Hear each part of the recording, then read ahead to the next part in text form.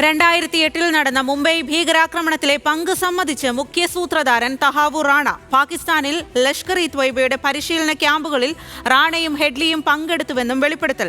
രാജ്യത്തുടനീളം സഞ്ചരിച്ച് തിരക്കേറിയ പ്രധാനപ്പെട്ട സ്ഥലങ്ങളുടെ വിവരങ്ങൾ ഹെഡ്ലിക്ക് കൈമാറിയത് താനാണെന്നും മുംബൈ പോലീസിന്റെ ചോദ്യം ചെയ്യലിൽ തഹാവൂർ റാണ സമ്മതിച്ചു.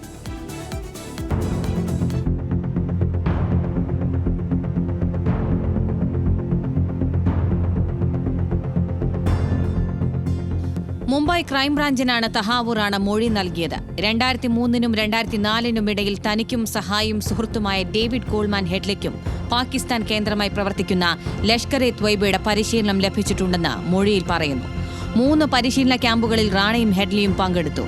ലഷ്കർ-ഇ-ത്വയ്ബ പ്രധാനമായും ചാര ശൃംഖലയായാണ് പ്രവർത്തിച്ചിരുന്നതെന്നും റാണ വെളിപ്പെടുത്തിയതായി പോലീസുമായി ബന്ധപ്പെട്ട വൃത്തങ്ങൾ വ്യക്തമാക്കി. കൂടുതൽ ജനത്തിരക്കുള്ള സ്ഥലങ്ങൾ കണ്ടെത്താൻ ഡൽഹി, മുംബൈ, ജയ്പൂർ, ഗോവ തുടങ്ങിയ നഗരങ്ങളിൽ റാണ യാത്ര ചെയ്തു. ഡേവിഡ് ഹെഡ്ലിക്കാണ് വിവരങ്ങൾ ശേഖരിച്ചു കൈമാറിയത്.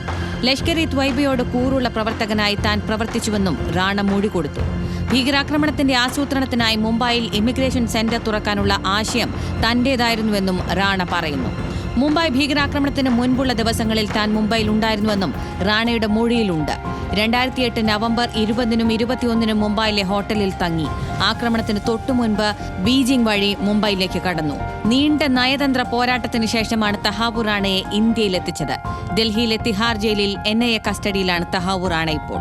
2008 നവംബറിൽ മുംബൈയിലെ വിവിധയിടങ്ങളിലായി നടന്ന ഭീകരാക്രമണങ്ങളിൽ 166 പേർക്ക് ജീവൻ നഷ്ടമായിരുന്നു.